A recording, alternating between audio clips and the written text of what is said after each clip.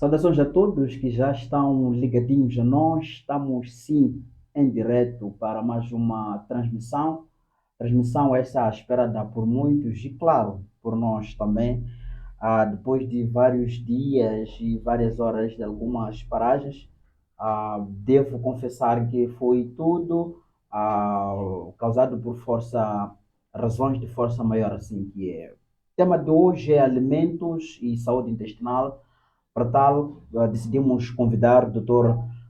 Basílio. O Dr. Basílio é docente universitário, formado em Química.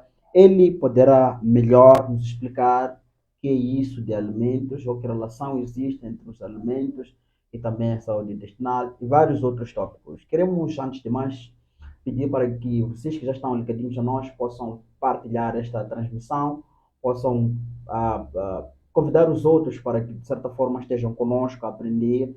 E, claro, deixem ficar aquilo que são os vossos contributos, vossas dúvidas, que enquanto nós fazemos aquilo que é a nossa conversa, poderíamos ah, esclarecer, deixar isso de forma mais clara. Então, Basílio, antes de mais, aceito o nosso muito obrigado por ter aceito este convite, não é?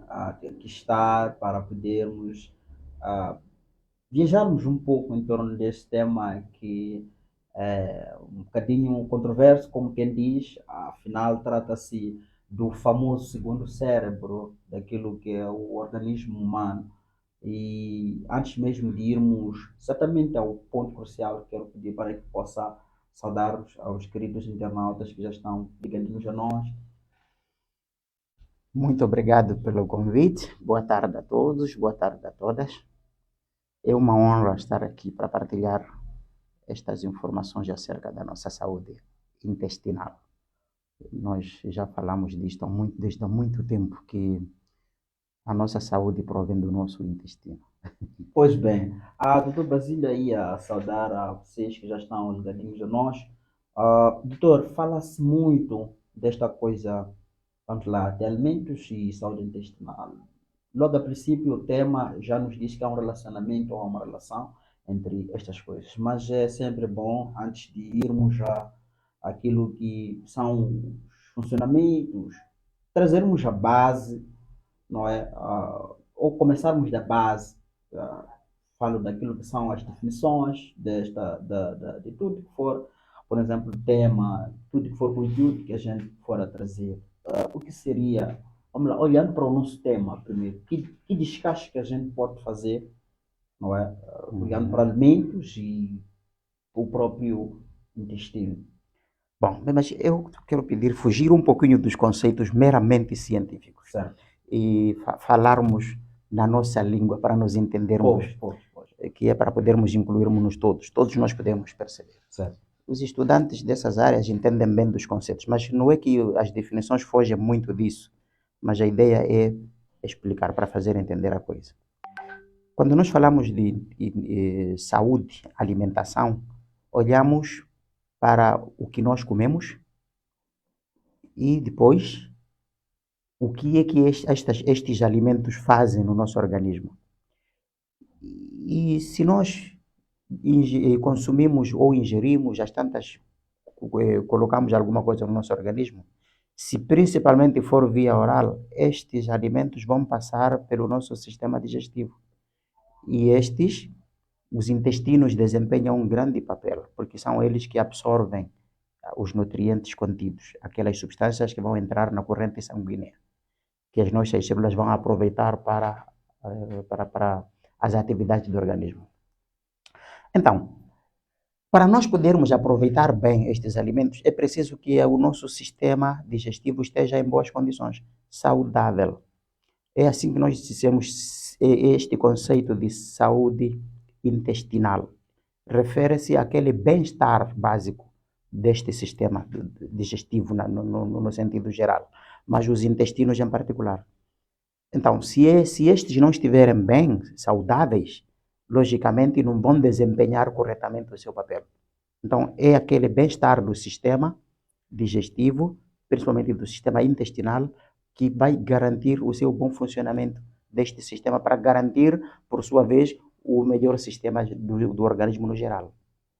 É isso. Muito bem. pelo que deu como pontapé de saída, pude perceber que não se fala mais nada quando o assunto tem a ver com o intestino, sem se falar de bem-estar. Exatamente. Será que há alguma importância desta coisa de bem-estar para os indivíduos ou mesmo para o organismo? Sim, sim, sim. E isso não inclui só uma única pessoa, inclui. Porque se você não se sentir bem num dia, possivelmente o seu familiar, o seu amigo vai ficar também sentido ou com pena de você, ou isso influencia a toda a sociedade. Pois. Às vezes nós pensamos que nós somos eu, sou eu, mas eu sou eu em conjugação com os outros.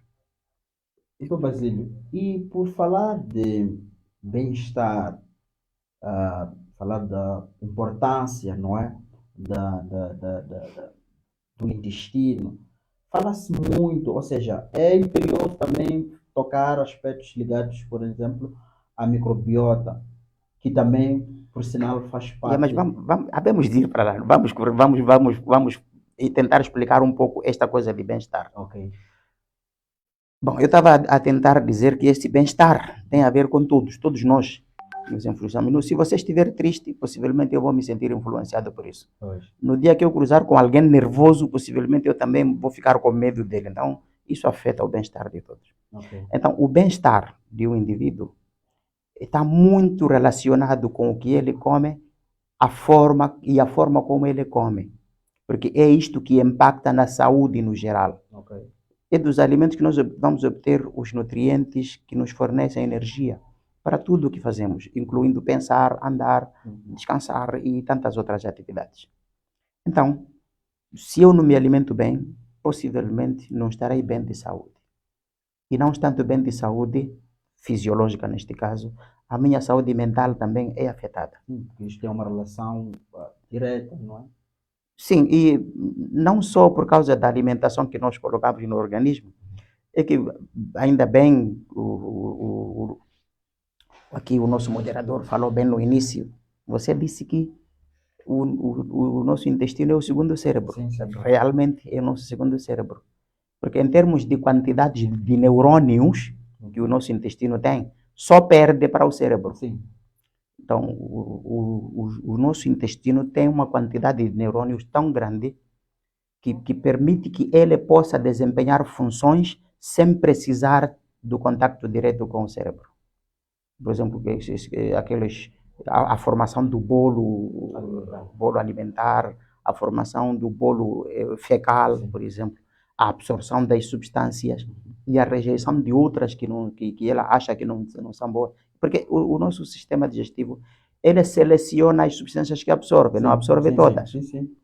E outras ele usa como material de limpeza para garantir o funcionamento do próprio sistema. Estamos a recuar novamente para o bem-estar. Exatamente. Então, e o intestino é capaz de fazer essas funções todas sem estar em conexão com o cérebro. Mas também ele não fica totalmente dissociado, porque o cérebro precisa de receber nutrientes que o intestino vai fornecer. Até porque para ele, exatamente, parte do cérebro. Então vai precisar destes nutrientes para ele poder funcionar. Quando ele não recebe os nutrientes suficientes, informa ao intestino que não estou a receber o suficiente. Então, ele agora tem que pensar e regular-se de forma a garantir este fluxo de nutrientes. Então, acaba sendo, na verdade, o segundo cérebro. E estes se influenciam mutuamente. Pois. Sim. A deficiência de um contribui para a deficiência do outro. Exatamente. Você que acaba de se juntar a nós, estamos a conversar com o Dr. Basílio. O Dr. Basílio é docente universitário, ele é formado em Química e Biologia e é com ele que decidimos não é, vir sentar e podermos partilhar conhecimentos ligados pelo menos para hoje, aos alimentos e também à saúde intestinal. É alguém de direito, não é?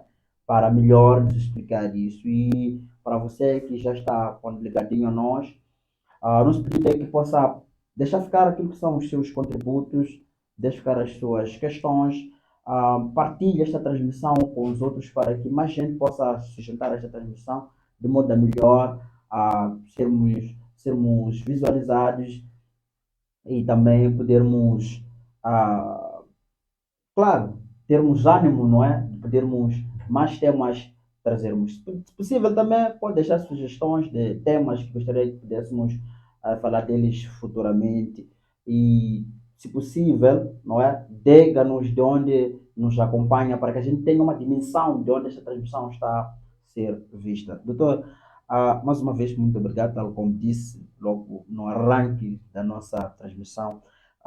Voltando agora para aquela questão da microbiota intestinal, que é algo que não se pode falar do bem-estar, que é o funcionamento pleno do intestino, não é? Sem se falar daquilo que é a microbiota. O que é que se pode dizer, não é, em relação a essa coisa de microbiota olhando para o intestino? Posso tentar contextualizar um pouquinho. Então, É que estes alimentos, quando entram no nosso organismo, eles primeiro são transformados, são cortados em pedacinhos, aquilo que nós chamamos de digestão no sistema digestivo, não é? Digestão é isso, os alimentos são fragmentados e em pedacinhos pequenos, e depois, falando como falam os homens das ciências, as macromoléculas vão sofrer quebras destas e vão formar agora aqueles nutrientes básicos. E estes é que serão absorvidos pelo sistema digestivo. O que acontece é que os nossos sistemas são específicos para digerir certos alimentos. Não conseguem digerir todos. E o sistema digestivo do ser humano, ele tem dificuldade em digerir, por exemplo, fibras, celulose e outros tipos de fibras mais resistentes.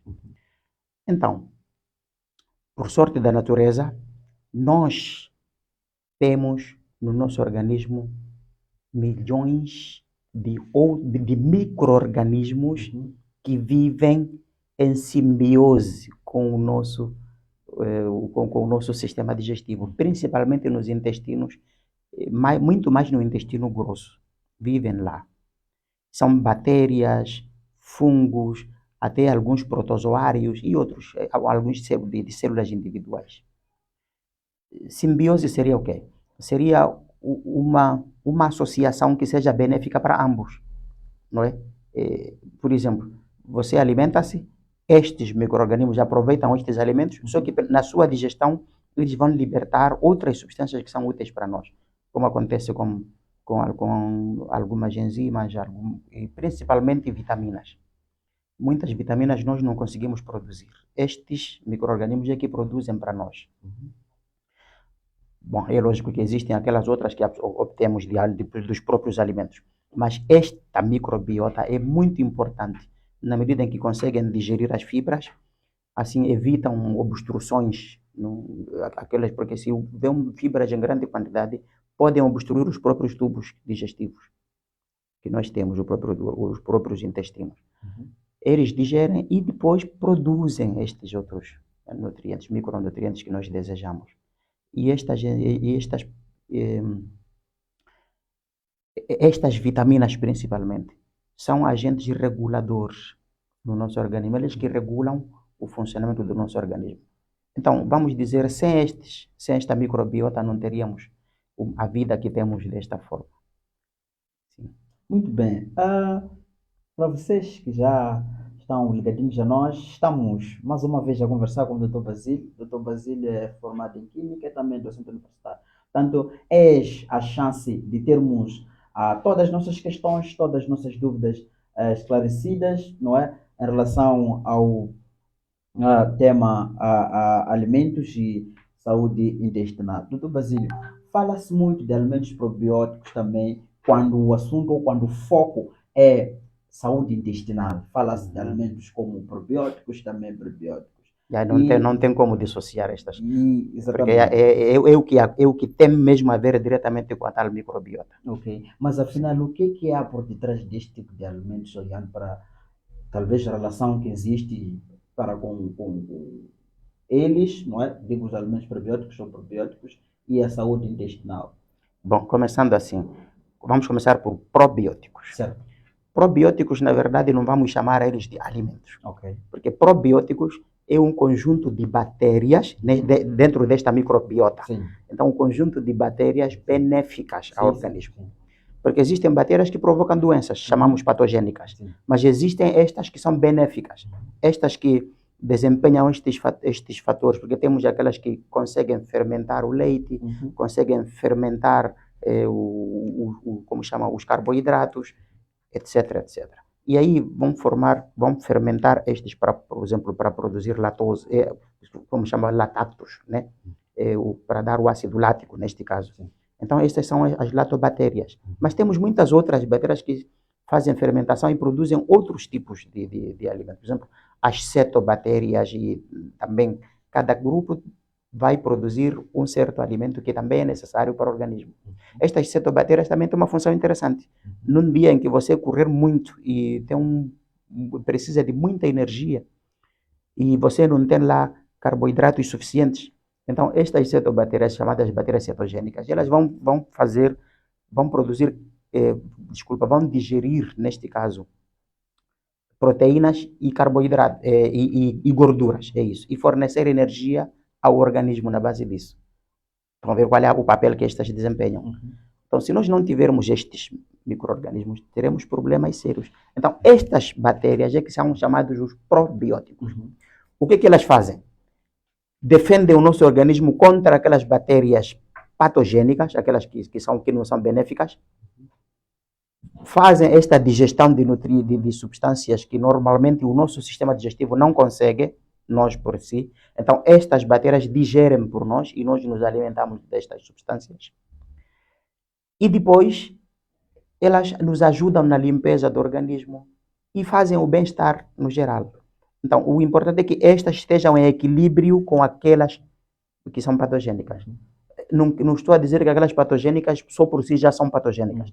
Elas, na verdade, também são boas, só que quando o número cresce, então provoca doença. Tudo em excesso faz mal. Então, tem que equilibrar com estas que nós chamamos de probióticos. Então, este equilíbrio é que é necessário. E agora, prebiótico, o que seria? Prebióticos seriam aqueles alimentos que nós consumimos que estes probióticos usam para se alimentar. Então, são os alimentos que nutrem estes probióticos. Então, nós, logicamente, teremos que consumir estes para garantir a reprodução e a proliferação destes probióticos. Interessante, interessante. Sim. São assuntos de muita e extrema importância que o Dr. Basílio está aqui a elucidar-nos, o que é bom, afinal, saber não ocupa lugar.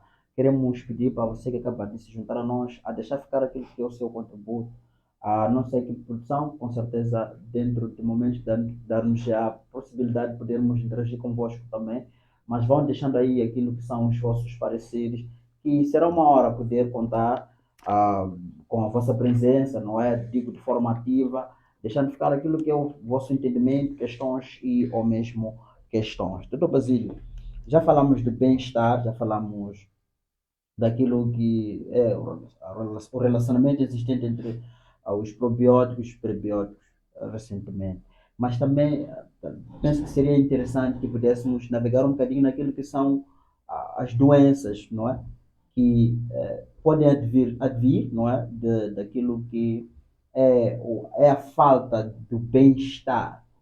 Estamos a falar do intestino, ou da saúde intestinal. Que doenças podem ser exemplificadas? Não é? São várias, eu só vou mencionar algumas que eu acho que são mais comuns. A constipação. Constipação no intestino não é aquilo de... Sim, por acaso intestino tem feito muita no intestino, o intestino, quando se diz constipação no intestino, é quando o bolo fecal endurece muito e não consegue sair. Então aí, não sei, alguns chamam de prisão de ventre, não sei se é a mesma coisa, mas é isso que chamamos de constipação. Dos intestinos. Certo. Isso também as diarreias, também podem surgir flatulências. Flatulência é traduzido na nossa língua. Por exemplo, quando o indivíduo pode arrotar ou pode expelir gases que às vezes não cheiram muito bem. Podem aparecer doenças ulcerosas, por exemplo, tem um úlcera nos intestinos ou no estômago. Podem aparecer cólicas abdominais. E muita gente pensa que cólicas é só no útero, mas não é só. pode aparecer cólicas no abdominais mesmo, no intestino, e alguns inchaços, inflamações, e pode haver também distúrbios na própria assimilação de nutrientes, porque o nosso sistema digestivo, vamos lá, um tubo destes aqui, no seu interior tem mucosa, é aquela parede que protege o intestino por dentro. Porque como vão passar por lá muitas substâncias, algumas delas tóxicas, outras até corrosivas, então esta mucosa tem que ter capacidade de proteger-nos destas substâncias. É assim, é como você tivesse levado um objeto qualquer do exterior, colocou no seu intestino. Talvez eu tentar dizer, não sei se é uma piada, dizer uma coisa. As células, o nosso organismo, os nossos órgãos, eles funcionam do mesmo jeito como nós. É simplesmente uma cópia idêntica de um micro-organismo. O seu comportamento é idêntico a deste. Vamos aumentando a escala, mas o comportamento é o mesmo. Eu queria dizer o seguinte: se já ouviram falar de xenofobia, né? Significa que é uma sociedade que tem aversão a alguém que vem de fora. O mesmo acontece conosco. Quando nós ingerimos estes nutrientes, o nosso organismo entende que aquilo é um xenobiótico, vem fora do nosso organismo. Substâncias estranhas. Exatamente. Então a primeira coisa que ele tem é estranha. Ele estranha estas substâncias e por isso mesmo ele vai selecionar quais é que serão permitidas e quais é que não serão permitidas. Logicamente as que não serão permitidas vão sair em forma de fezes. Ele seleciona. Então, é neste processo que ele faz para selecionar que esta mucosa desempenha papel importante. É ela que pode abrir canais para admitir umas e não admitir outras. Então, quando esta tem alguma enfermidade, por exemplo, tem uma inflamação, essas inflamações podem ser provocadas por estas bactérias patogênicas e muitas outras. Nós já dissemos que os probióticos então nos protegem destas situações. Então, são muitas destas doenças que podem acontecer. Muitas no nosso intestino. Estas doenças do nosso intestino também afetam outras partes, outros órgãos. Muito bem. Dr. Basílio, voltamos dentro de alguns segundos para falar, talvez não, para falar daquilo que são as dietas específicas olhando para a saúde, ou seja, para o bem-estar, tipo saúde do intestino. Mas vamos também poder saudar um bocadinho aos nossos queridos internados que já estão ligadinhos a nós. Isso faz bem e é bom, motiva-os a continuarem conosco até ao finalzinho. Motiva a nós também. Pois. Está o Lourenço Patrício que diz ligado a partir de Camboja. Uau! Isso é bom. Confesso que não conheço esse lugar. Muito obrigado, Lourenço, pela sua audiência. Muito obrigado por estar conosco. Pedimos para que possa partilhar, ficar também aquilo que é o seu entendimento em relação ao tema. Camboja é lá na zona da Indochina. Uau, isso é bom, isso é bom. Está conosco também o Hermino Doce Maungan, diz: continua, meu querido amigo, traduzido automaticamente. Muito obrigado, Hermino, é um amigo este e confesso que é assim. Está também o Cipriano Zandamela, diz: já estamos aqui. Cipriano Zandamela também é um amigo, sempre que temos nossas transmissões, temos a oportunidade de fazer as nossas transmissões, ele está lá a nos acompanhar e agradecemos imensamente pela sua companhia. Está o Ney David. Ney David é um amigo também. Diz: saudações, o programa está interessante. Muito obrigado, Ney. Espero ver suas questões. Afinal, o tema lhe interessa bastante. Está também a Nivalda Said, que diz: boa tarde, tema bastante interessante, aprender muito com o doutor. Muito obrigado, Nivalda. Convide os seus amigos, partilhem, queridos, para que mais gente possa se juntar a nós e todos nós possamos aprender. Afinal, o saber não ocupa lugar. Doutor Basílio, volte para si mais uma vez para falarmos daquilo que são as dietas específicas. Tudo bem que explicou muito bem, não é? Em relação aos probióticos. Sabemos muito bem que uma das coisas que não deve faltar quando o assunto tiver a ver com o bem-estar do intestino são os alimentos probióticos.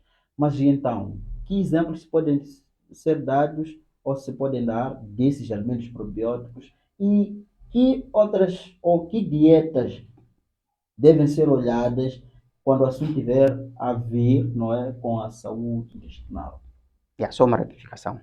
Não temos alimentos probióticos, temos alimentos prebióticos. Sim. Agora, temos alimentos que favorecem o crescimento dos probióticos. Sim. Esses sim, esses temos. Certo. Bom, mas recuando um pouquinho. Uhum. Para garantir um equilíbrio alimentar, Uhum. é necessário que nós consumamos alimentos diversificados. Certo. Alimentos que sejam ricos em carboidratos, proteínas, Uhum. vitaminas, fibras e etc, etc. Sais minerais e por aí adiante. Então, nós temos que conseguir fazer este equilíbrio, porque o nosso organismo precisa de todos estes. Uhum. Eu já disse que o nosso organismo não consegue digerir estas fibras, só digere as fibras por ajuda da microbiota intestinal. Uhum. Mas esta fibra também desempenha um papel na limpeza, é como se fosse vassoura. Ao passarem pelo sistema digestivo, elas varrem, é como se estivessem a varrer. Então, alimentos ricos em fibras, por exemplo, vegetais, carboidratos complexos. Carboidratos complexos são aqueles de cadeias muito longas e muito ramificadas. Então, e nós podemos obter estes, por exemplo, de cereais e até de nozes, de tubérculos, como acontece com a mandioca, como acontece com a mexoeira, mapira. Se for milho, arroz tem que ser integral, quer dizer, com a respectiva casca. Retirando a casca, você está a retirar os alimentos, os carboidratos complexos. Vão ficar aqueles que se digerem rapidamente e têm agora surge o problema de glicemia. Vão aumentar o nível glicêmico no organismo, que também terá seus problemas agora. Esses vão induzir o grande trabalho agora do nosso fígado, que terá que, através da bilis, através do pâncreas, libertar insulina em excesso, e ele se cansa. Tudo que dá sobrecarga cansa. Se for muito rico em proteínas, idem, porque depois o nosso organismo vai ter muito trabalho de digerir, filtrar e depois de eliminar o resto. Então, temos que ter estes, porque apesar de todos serem necessários, o excesso destes alimentos também arranja problemas no nosso organismo. Então, o equilíbrio significa juntar vários tipos de alimentos em cada um dos pratos. Desde o pequeno almoço, o jantar, o lanche. Muitos pensam que o pequeno almoço é só pão e chá. Não ajuda, porque você não equilibrou. O teu organismo não precisa só de carboidratos. Precisa de todos estes alimentos. Há uma teoria que diz o seguinte, não sei se é em jeito de piada, mas é verdade. Quanto mais colorido for o prato, melhor. Ok. Se nós conseguirmos juntar cerca de 30 vegetais diferentes no mesmo prato e de cores diferentes, amarelo, verde, amarelo, castanho, o violeta e por aí em diante, melhor ainda. Sim, mas desde que depois dessa mistura toda não faltem lá alimentos ricos em carboidratos, em vitaminas, em proteínas, exatamente. No mesmo prato temos que ter todos estes. Mas tem se estranhado, por exemplo, em convívios, quando indivíduos vão, seguram nos pratos, começam a fazer essas misturas. Olha-se para aquilo como se fosse algo estranho. Qual é? Não, digo, quer dizer, a ideia é associar o que o Dr. Basílio acaba de explicar e esse ato de misturar, talvez, comidas nos pratos. Mas aí há uma diferença. Vamos trocar agora a coisa em pedacinhos. Okay. Misturou, sim, mas misturou o quê? Carne de frango, carne de vaca, carne de porco, depois carne de peru, não sei o que, misturou, ficou com um prato grande. Como montanha. Sim, assim misturou. Porque esse prato só está rico em proteínas. Precisou. Agora, se diversificar, aí sim.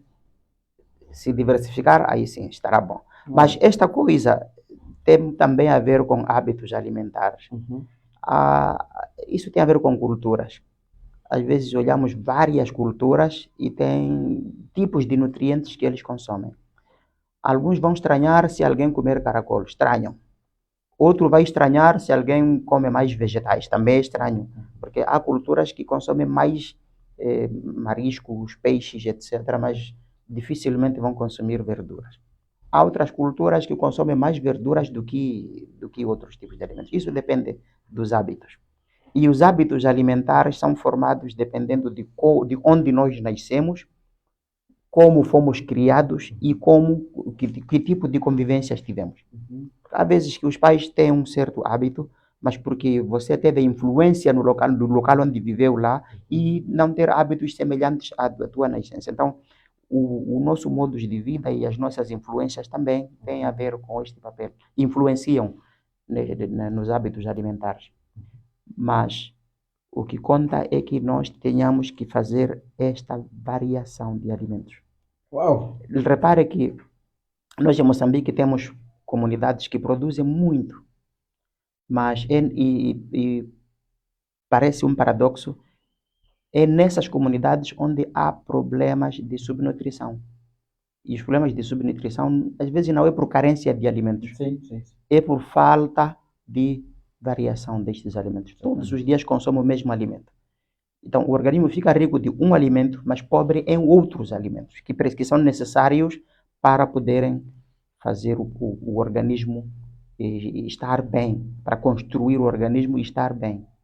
Muito bem, doutor Basílio, nesta explicação acabou ativando um ponto, não é, que trazia para a nossa conversa, não é, que é a questão de olharmos para o nosso país, Moçambique, e relacionar com o nosso tema de conversa de hoje. Tudo bem que já apontou que aquelas regiões que mais produzem são as que mais são afetadas pelas subnutrições, muito mais. Mas olhando para aquilo que são as inovações em termos de tecnologias alimentares. Eu sei muito bem que o Dr. Basílio é docente universitário e um dos cursos que tem trabalhado com ele é o curso de Ciências Alimentares. Sim, O que é sim. que se pode dizer em relação a tendências e ou inovações, não é? Que talvez tenham surgido ou estão aparecendo de modo a sanar situações de gênero. Bom, eu não sei se haviam de sanar essas tecnologias, o que elas podem é ajudar. Ok. Sanar mesmo de verdade, não sei. Uhum. Porque as tecnologias também têm um problema. Primeiro, essa tecnologia tem que ser aceita na comunidade, para ela desempenhar seu papel. Se não for aceita, vai ser difícil ela desempenhar o papel necessário. Sabe que agora fala-se de alimentos geneticamente modificados. Sim, sim. Muita gente não entende o que é isso, pensa que já que o gene ali foi modificado, aquilo também vai modificar os meus genes. Na verdade, a modificação genética destes alimentos é para estes poderem produzir variedades de nutrientes no mesmo alimento. Melhoramento. Uma Então, das três. vamos lá pensar que é milho. Então, este milho, no lugar de ter só carboidratos, então ele tem que aumentar a quantidade de proteínas e, por exemplo, de vitaminas no meio. Então, isso ajuda que para os que só consomem um único tipo de alimento consigam ter estes nutrientes. Porque há uma diferença entre alimento e nutriente. O alimento é aquilo que nós colocamos no prato e consumimos. Agora, depois da digestão é que aí surgem os nutrientes que serão absorvidos.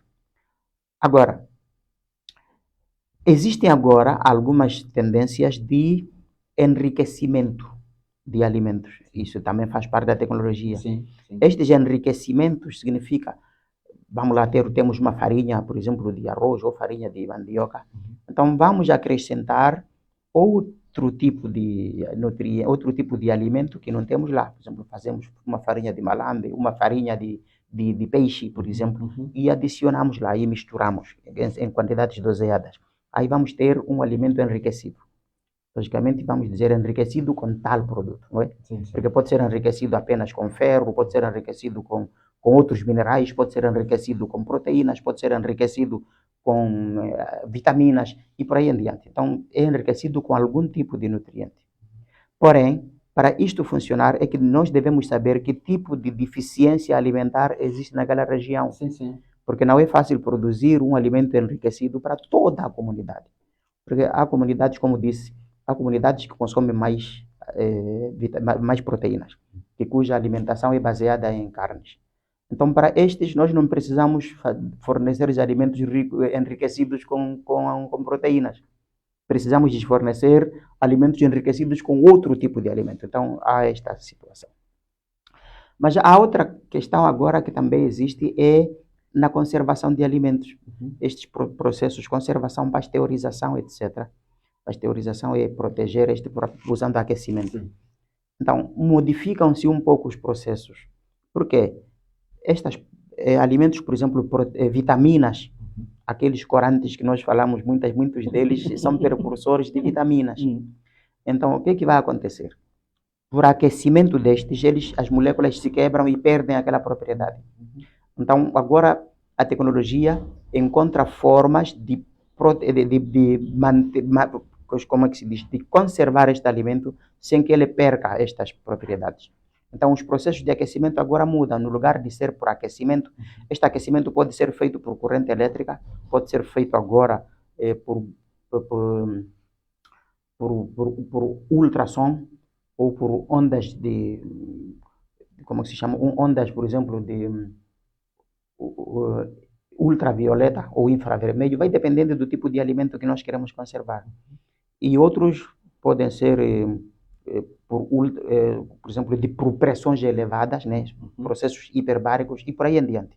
Estes procedimentos têm em vista preservar a qualidade deste alimento. Porque às vezes nós podemos ter uma verdura bem bonita, mas preparamos para depois comercializar. E neste processo de comercialização, os produtos podem sofrer deterioração. Então, podem ser conservados. E a tecnologia alimentar tem esta função de conservar os alimentos para poderem durar mais tempo. Interessante, interessante. Muito obrigado, Dr. Basílio, por deixar ficar aquilo que é o seu entendimento, não é? Em relação a esses todos os aspectos. Na nossa caixa de mensagem já temos mensagens atraentes, né? Digo, das pessoas que já estão a nos acompanhar. Está aí o Lourenço Patrício, diz o seguinte: afinal, farinha pelada não tem nenhum nutriente. O Ney gostava de saber se os probióticos podem ser benéficos durante o uso de antibióticos. E o Cipriano, talvez indo assim, de forma faseada, tem algum comentário em relação à afirmação? Penso que é uma afirmação do Lourenço Patrício, diz, afinal, farinha pelada não tem nenhum nutriente. Que é que não é que não tem nenhum. O que eu disse é que a farinha pelada tem muitos carboidratos. Sim. Agora, é que é muito interessante que os alimentos, a parte de proteínas e de fibras, fica mais na casca. A casca é que tem mais proteínas e fibras do que aquele grosso lá, como chama, bem bonitinho lá no interior. Por exemplo, milho, arroz, etc, etc. Todos os cereais são assim. Se você tira a casca e só fica com aquela parte bem esbranquiçada, é bonito, né? É bonito, mas só fica mais rico em carboidratos. A parte de proteínas e fibras você retirou, porque isso fica na casca. O mesmo acontece com as frutas, laranjas, bananas, pêssegos, maçãs, etc, etc. Isso é com todos os alimentos. Então, o Ney diz o seguinte: saudações, mais uma vez, gostava de saber se os probióticos podem ser benéficos durante o uso de antibióticos. Podem sim, mas aqui há uma coisa que é preciso observar. É que os antibióticos, normalmente, o termo anti significa contra. Sim. Biótico é bios, de vida. Então, os antibióticos matam matam esta microbiota. Então, o que é preciso fazer é evitar o uso indiscriminado destes antibióticos. Usar quando é necessário. No caso em que há uma certa bactéria ou um certo microorganismo que se desenvolveu em grande quantidade, porque, como eu disse, enquanto temos probióticos, eles garantem o equilíbrio. Então, estes micro-organismos que são patogênicos, se estiverem em equilíbrio com os probióticos, eles não vão provocar doença. Estarão em equilíbrio no organismo. O problema é quando estes crescem mais do que os probióticos, aí sim vão provocar doença, provocam infecção. Então, temos que tomar os medicamentos até baixar a quantidade destes e igualar com estes. Agora, se você exagera nos antibióticos, o que acontece com muita gente que se sente impulsionada a consumir qualquer antibiótico que encontra. Então, o risco é matar todos os micro-organismos que tem no seu intestino, tanto os patogênicos como os probióticos. Como consequência, não vai ter nenhum micro-organismo no seu, nenhuma flora intestinal, logo vai ter agora as consequências de não conseguir já digerir estes outros compostos mais complexos que nós não conseguimos digerir. E aí, resultado, aquelas vitaminas que estes micro-organismos produzem, vamos ficar privados delas. e as fibras que eles normalmente reduzem para poderem ser evacuadas facilmente, vai haver dificuldade e vai provocar isto de constipação a que me referi. E se provocando constipação, vai ter dificuldade, vai fazer diarreia com sangue, porque possivelmente para sair você terá que fazer muita pressão e ferir as vias digestivas, e depois vai ter problemas de hemorroidas, etc, etc. É uma complicação muito grande. Ney, espero que tenha assimilado muito bem a resposta do Dr. Basílio. Idem para o Lourenço Patrício. O Dr. Basílio comentou muito bem a sua afirmação. Está também o Cipriano, que diz: eu prefiro mais verduras. É incrível a experiência com elas e assim sou poupado nas doenças. Um pouco de carne para que tenha algumas vantagens que provém dela. É um comentário bonito. O que é que se pode talvez acrescentar ou Nota 20. nota 20? Cipriano, essa era para si. Doutor Basílio, Porque uma das coisas que muita gente comete erro é eliminar as carnes. Consuma muita verdura, mas não elimine as carnes. Ponha, como diz o Patrício, ele incorpora uma porção de carnes. Isso é muito bom. Tudo bem. Sim. Muito obrigado. Isso por quê? Porque existem, nós não somos herbívoros. Sim. Por isso eu já sei que existem dietas vegetarianas, dietas vegan, etc, etc. Há uma diferença entre vegetarianas, ele consome muitos vegetais e poucas carnes. Vegan elimina totalmente as carnes. Por exemplo, os vegetarianos incluem laticínios, ovos, eles incluem na dieta. Mas os vegan eliminam isso. Isso é muito perigoso, porque o nosso organismo não tem capacidade forte de absorver minerais que provêm de vegetais, excetuando frutas. Das frutas sim consegue, mas dos outros vegetais, o nosso organismo não absorve os minerais. E estes 6 minerais são importantes para fortificar os ossos, os dentes e outras atividades. Por exemplo, o nosso sistema nervoso, os sistemas de bomba de íons é na base de minerais. Então, você não vai ter problemas do sistema nervoso, funcionamento do sistema nervoso, vai ter problemas na formação dos ossos, dos dentes e muitas outras atividades. Então, é necessário ter estes minerais. Portanto, como disse, sem exagero, se ele incorpora um pouco de carnes na dieta dele, cheia de vegetais, está muito bom. Por isso eu lhe dei nota 20. Tá, tudo bem, tudo bem. Eu acredito que ele recebeu ou recebe esta nota com as mãos muito bem abertas. Doutor Basílio, fala-se muito da questão do sedentarismo. Vamos olhar caso em concreto da questão da prática de exercícios físicos, olhando para o nosso tema, saúde intestinal. Qual é o impacto que os exercícios físicos têm para aquilo que é a saúde intestinal? O exercício físico é muito importante para o geral, para o sistema geral. Certo. Como disse, há questões que têm a ver apenas com o intestino, mas o intestino influencia também os outros órgãos. E vice-versa, os outros órgãos também influenciam o intestino. Porque é uma comunicação. Parece que quando comecei a falar aqui, eu disse assim, para me sentir bem, os que me rodeiam também devem se sentir bem.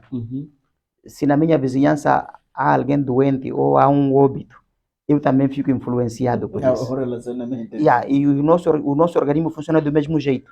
A deficiência de um sistema influencia o outro.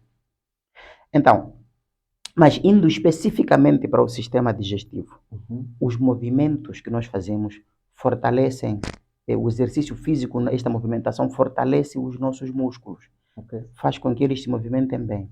E este sistema digestivo, este tubo digestivo, é feito de músculo liso. E a forma que ele encontra para poder expulsar substâncias é fazendo movimentos assim de contração e extensão. Contração, dilatação, contração, dilatação. Então, para ele poder ter força suficiente para fazer estes músculos, exige que você treine os músculos. E este treinamento vai fazer com que eles sejam mais fortalecidos, mais especificados, mais capacitados. E, atenção, eu não sei se há um desportista que joga futebol, ou pratica ciclismo, ou atletismo, que se ele não treina, lhe mande correr num dia, ver se vai conseguir. Então, é o mesmo que acontece. É este sistema que vai influenciar o nosso sistema digestivo. para ele manter estes, nós chamamos este movimento de peristalse, estes movimentos Sim, peristálticos, sim. é esta peristalse que faz com que as fezes sejam, aliás, você colocou aqui o alimento, ele vai transitar pelo todo o sistema até sair lá, Sim. e dificilmente faz o sentido oposto. Sim. Então, para garantir o teu sistema digestivo tem que ter o sistema muscular convenientemente fortalecido, para evitar os refluxos, para evitar outros processos. Acho que agora já estou a tentar dizer isso. Se o teu sistema digestivo não está, o tubo não tem, a musculatura não é suficientemente forte, não vai conseguir fazer o trânsito normalmente. Para o trânsito ser normal, para a evacuação ser perfeita, você tem que ter o organismo exercitado. Este exercício físico influencia muito. Yeah. E há pessoas que às vezes têm uma barriga muito mais grande do que a minha e pensam que é porque é cheio de gordura. Às vezes é porque os intestinos estão cheios de fezes que não Sim, conseguem que não evacuar. consegue evacuar. Sim. E este exercício físico ajuda neste processo de evacuação. Yeah. Sim. Muito bem, muito bem. Doutor, Hum. falar de exercícios físicos é falar do tema da atualidade. Exatamente. A corrida, estudos, para além de estudos, a conjuntura atual nos mostra que todos os indivíduos estão atrás de uma vida saudável. Associado a isso, existe a problemática, digo problemática como uma forma de introduzir o tópico a seguir, não é? Que é a questão dos suplementos. Olhando também para a prática de exercícios físicos, saúde intestinal. Que papel é que jogam os suplementos? Na saúde intestinal, os suplementos que jogam, eu já falei que há a diferença entre suplementos e enriquecimento, né? Sim. Os suplementos são aqueles alimentos que, notando-se deficiência de algum nutriente no teu organismo, é acrescentado não na comida, mas pode ser dado em forma de comprimido, em forma injetável, em forma de gotas. É uma suplementação. E um dos grandes suplementos que nós conhecemos são as vitaminas, as chamadas multivitaminas, vêm comprimidos. Temos o sal ferroso, se tem deficiência de sangue, neste caso de ferro, é suplementado. Mas existem muitos outros. Estes probióticos podem ser feitos também em cápsulas. Está a perceber? Estas bactérias benéficas podem ser colocadas em cápsulas e você ingere em cápsula, em forma de cápsulas. Eles vão de ir, porque no estômago só vai ser dissolvida aquela cápsula, mas os próprios micro-organismos vão chegar lá no sistema como chama, no intestino delgado, e aí passarão facilmente até o intestino grosso e vão se proliferar. Então esta suplementação pode ser feita, não é? E é muito importante para a saúde intestinal, nestes casos. Mas existe outra suplementação que eu não acho muito importante, que para fazer essa suplementação você terá que ir a um nutricionista para te aconselhar. Por exemplo, muitos tomam anabolizantes, que eles fazem um desenvolvimento da massa muscular para ficar com massa muscular muito grande, que eu às vezes não acho muito necessário, porque o que você tem que fazer é olhar para o teu corpo e exercitar, fortalecer esse teu corpo. E ele consegue ter força suficiente. Mas ok, se você quer ter um visual diferente daquele que tem, pode tomar estes suplementos. Mas existem outros suplementos necessários. Por exemplo, para um atleta, aquele que faz desporto intensivo, não é? De alto rendimento. Esse desporto de alto rendimento queima muita energia. Aí sim, você precisa por exemplo, correu muito, queimou muita energia, o teu organismo fica fraco, já treme, porque ou produziu muito ácido úrico, ou produziu muito ácido lático nas células. Então você precisa diminuir. Ou então, e porque nessa altura não tem glicose, precisa suplementar. Então, nestas situações são necessários um pouquinho de suplementos antes de ir correr, porque sabe que vai queimar muita energia, e no fim também tem que repor. É uma reposição. Nestas situações, acho necessária a suplementação alimentar. Muito bem. Doutor Basílio, a deixar ficar aquilo que é o seu entendimento em relação ao tema de alimentos e saúde intestinal. Bom, doutor Basílio, outro aspecto que não se pode deixar de lado quando o assunto tiver a ver com o nosso tema e a noção é a questão dos alimentos fermentados. Esses também entram lá. Esses são muito ricos em probióticos. Você quer enriquecer a tua flora intestinal? os alimentos fermentados é a base.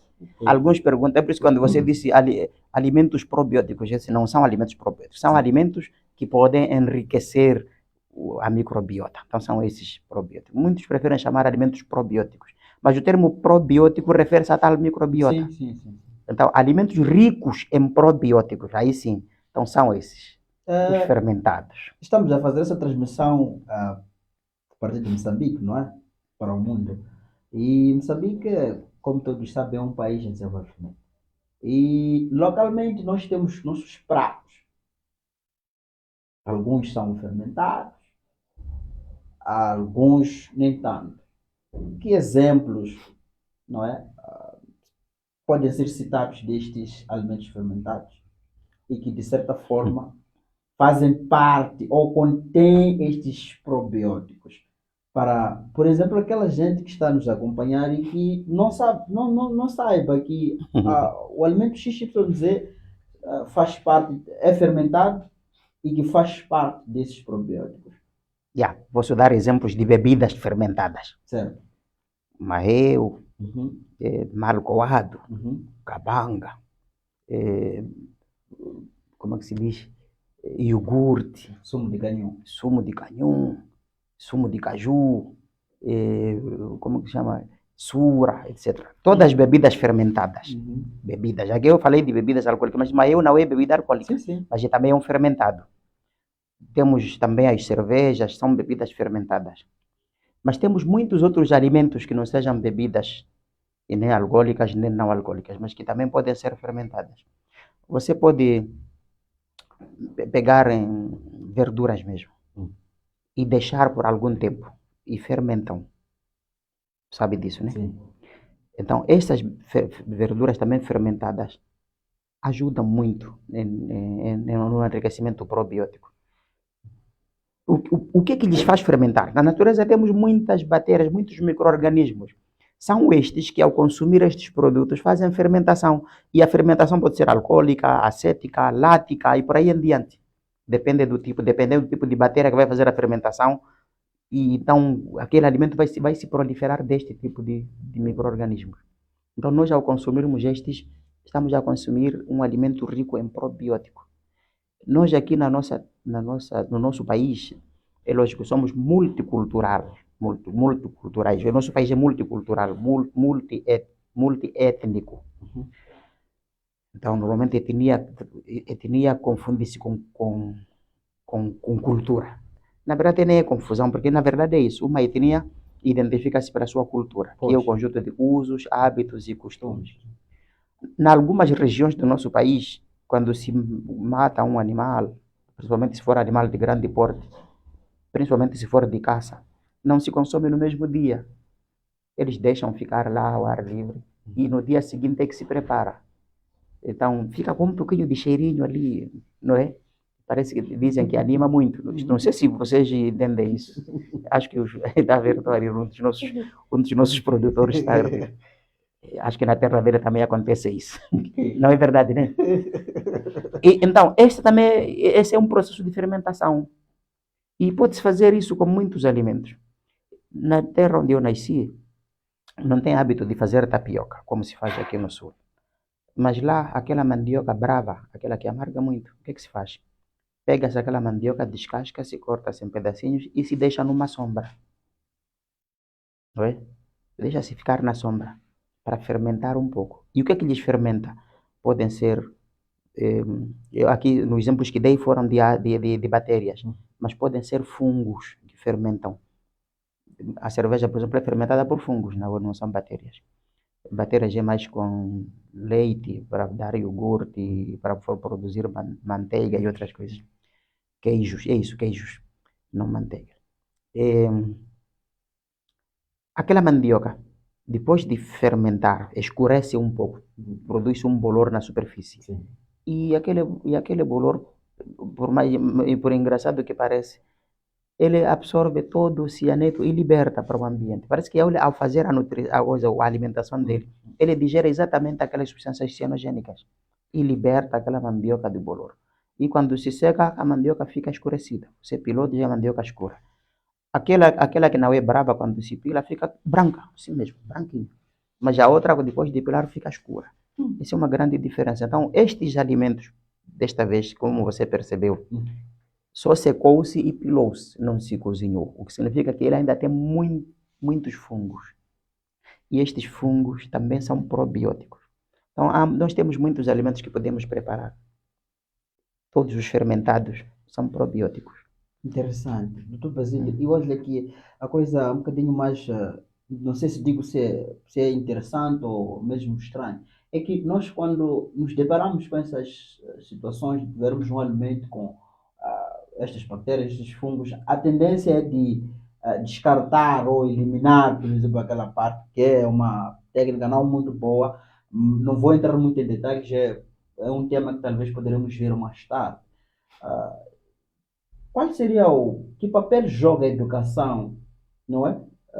Educação nutricional, a promoção desses tópicos, olhando talvez para esta falta ou mesmo esta maneira de ver essas coisas. Mas aqui também tem uma coisa, antes de eu chegar lá, antes de chegar na educação alimentar, Certo. ressalvar um pouco o seguinte, é que nós não podemos ver as bactérias, Certo. mas Logicamente. alguns fungos sim, porque existem fungos muito grandes que nós podemos ver, outros são microscópicos, como aqueles os da cerveja. Sim. Por exemplo, os da mandioca é possível você ver aqueles, o tufo já crescer, mas existem outros fungos que não são benéficos, como aqueles que infectam as batatas, as cebolas, que infectam, por exemplo, o pão. O pão já saiu do forno, Sim, logicamente, sim. e todo o fermento, os fungos que fermentam aquilo já morreram. Então aparecem outras que vão fermentar aquele, já o pão preparado. Alguns destes fungos produzem as chamadas micotoxinas. Então, você consumiu, apanha uma intoxicação alimentar. Essas também existem. Então, temos que só diferenciar um pouco sobre estes tipos de fungos. Alguns produzem mesmo substâncias tóxicas, mas aqueles que a nossa comunidade, eu já disse, depende de hábitos, usos e costumes. Estes hábitos, na comunidade onde você estiver, aquelas comunidades consomem um certo produto porque eles já sabem que é benéfico, não é tóxico. E eles conhecem os fungos tóxicos e não tóxicos. Às vezes, o que a ciência faz é ir recolher informação já existente na comunidade e depois redige-se em forma de documento. É isso que depois você vai ler, vai dizer que são publicações e é atribuído àquela pessoa que foi fazer aquela coleta. Na verdade, o conhecimento já é popular, tá bom?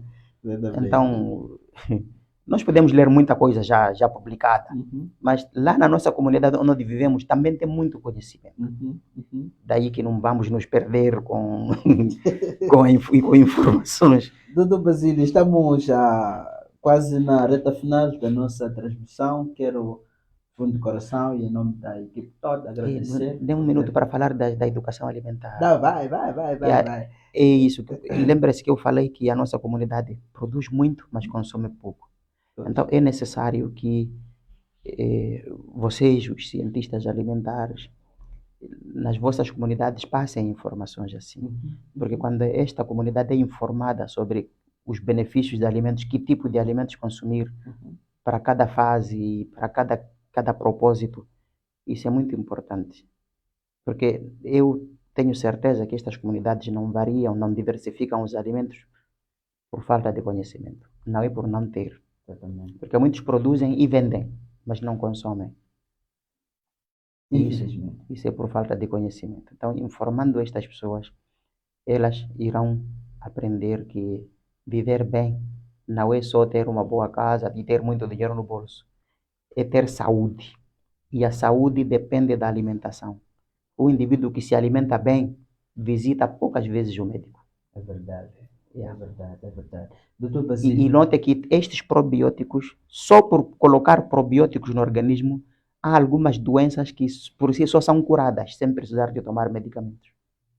Então a alimentação é muito importante. Doutor Basílio, vou lhe dar talvez 2 minutos. Eu vou pedir também para que deixe ficar as suas considerações finais enquanto responde a questão que poderei lhe colocar.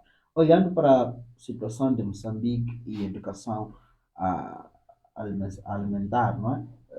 Que é que se, qual é a situação atual do nosso país, Moçambique, olhando a educação alimentar? Tudo bem que é um dos países em desenvolvimento e apega-se também àquilo que é o desenvolvimento do mundo todo, não é? Mas qual é o olhar real? E aí eu vou lamentar por duas ou três razões. Ok, Nós não temos educação alimentar no nosso país. ok. Em, algumas cidades têm cursos de educação alimentar só no curso a nível superior. Mas eu penso que a educação alimentar devia começar lá, da base, Da base. da escola primária, ou mesmo da creche, e ir evoluindo até lá, até ao nível superior. Como eu disse, o indivíduo malnutrido vai ter deficiência também, dificuldade em aprender, porque vai ter deficiência mental, não vai ter crescimento muito ótimo, o crescimento vai ser baixo, e o desempenho em todas as áreas também vai ser influenciado. Então, ele alimentando-se bem, desenvolve-se bem. É toda a saúde do organismo. Teremos menos doenças e poupa-se dinheiro para medicamentos, não é? Para questões cirúrgicas e por aí em diante.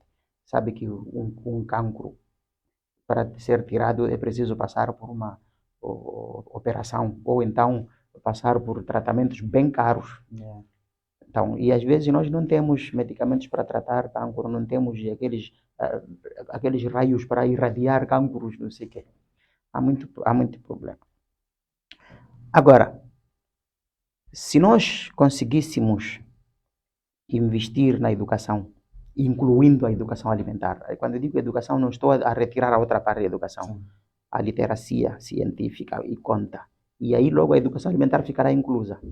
E a população vai aprender e vai saber gerir os alimentos, vai saber conservar os alimentos, vai saber poupar estes alimentos. No lugar de desperdício, o que é que nós fazemos com laranja? Descascamos a laranja, deitamos fora a casca e consumimos o suco. E eu estava a dizer aqui, a parte da fibra está naquela parte branca da casca da laranja. E aquela parte de fora amarelada, que fica a cor de laranja quando amadurece, é onde tem a maior parte das vitaminas. Interessante. E como parece que não sabe bem o sabor na uva, nós deitamos fora. Só consumimos o suco. O suco só tem carboidratos, só tem açúcar. E um diabético, por exemplo, sofre se consumir só suco. Mas se consumir toda a laranja completa, possivelmente não vai ter problema. Então, essa educação é muito necessária. E o que eu podia, quando eu disse que lamento um pouco, porque quando se fala de nutrição, só buscamos exemplos da Europa, da América do Norte. E para nós termos estes alimentos nas nossas comunidades, kiwi, sorgo, não sei que, aqueles que eles mencionam lá, nós não temos. Então, podíamos agora, nesta educação, colocar alimentos que nós temos aqui nas nossas comunidades e que têm papel idêntico àquele, que fornecem mesmos nutrientes que aqueles deles que têm. Nós não temos. Nós vamos falar aqui de salmão, vamos falar de o que mais? Outros alimentos que nós não temos aqui. Em quantas comunidades é possível comer salmão? A não ser aqueles de nível de vida muito alto. Mas temos outros alimentos que podem substituir este e que nós temos acesso. Então, é isto que é preciso fazer, né? Então, olhar a educação alimentar nesta situação. E a terceira coisa que eu ando disse, talvez duas ou três coisas. A terceira coisa é o que você mencionou há pouco tempo. Nós temos mania de estranhar tudo. Mas já essa é uma mania que o nosso colonizador colocou. Ele nos ensina que se aqueles do norte comem não sei o que, assim, é estranho isso aqui, comem mal. E aquele quando chega no sul, diz, estes do sul comem não sei o que, nem quero olhar. Mas do Brasil, eu não quero lhe contrariar. Sucede que o colonizador se foi há muito tempo. Pelo histórico, nós fomos colonizados por mais de 400 anos, há mais de 400 anos. Qual é a dificuldade de nós abandonarmos essas práticas? Se você conversar com um psicólogo, ele vai te dizer o seguinte, é pena que eu não sou psicólogo, os psicólogos que estão a ouvir depois vão me ajudar. Criar um hábito é muito fácil. Possivelmente leva 40 dias. Mas para abandonar este hábito pode levar séculos. Por quê? Como eu já disse, nós somos influenciados na nossa vivência. Pois. Se você vive comigo, uma parte dos meus hábitos você vai assimilar. E se você assimilou estes hábitos, possivelmente vai passar também para seus filhos. Está a perceber? E se os seus filhos assimilaram este hábito, vão passar também para os filhos deles. Então vai passar de geração em geração. Não é fácil eliminar um hábito. É como se fosse uma construção de um conceito. Para eliminar, você terá que desconstruir este conceito. E esta desconstrução leva tempo. É por isso que o normal é começar mesmo da pré-escola a incutir esta informação. Porque se este cresceu a comer deste jeito, já aos 40 anos você quer lhe dizer que esta forma de comer não funciona, ele não vai concordar contigo. É verdade. Ele vai resistir, porque ele cresceu assim, habituou-se a viver assim, vai manter este estilo de vida. Complicado. Muito obrigado, Dr. Basílio. Vamos fechar com o comentário de um dos nossos internautas, mas antes quero dar um agradecimento muito especial à Maisha Langa, ela que diz muito obrigada pelo ensinamento. Muito obrigado, Maisha Langa. Tem um comentário do Cipriano Zandamela, diz o seguinte: 1 hora passou como se fosse 1 minuto. Foi um prazer, Dr. Basílio. Seus ensinos valem ouro. Obrigado. 20 segundos para fechar. Mas vamos dizer para não exagerar muito. Muito obrigado. Muito obrigado a todos vocês que dedicaram o vosso tempinho para se juntar a nós. Voltamos com mais temas interessantes, se Deus permitir, no próximo domingo. Muito obrigado e bom início de semana para todos nós. Agradeço pelo convite. Estarei disponível para outros convites também. Uau, isso é bom. Muito obrigado, Tata, a todos. Obrigado. Senão nunca mais Muito obrigado. O Basílio já aqueceu os neurônios. Estava mesmo pronto para poder fazer o download de tudo. Muito obrigado mesmo. Muito obrigado, Tata. Até mais.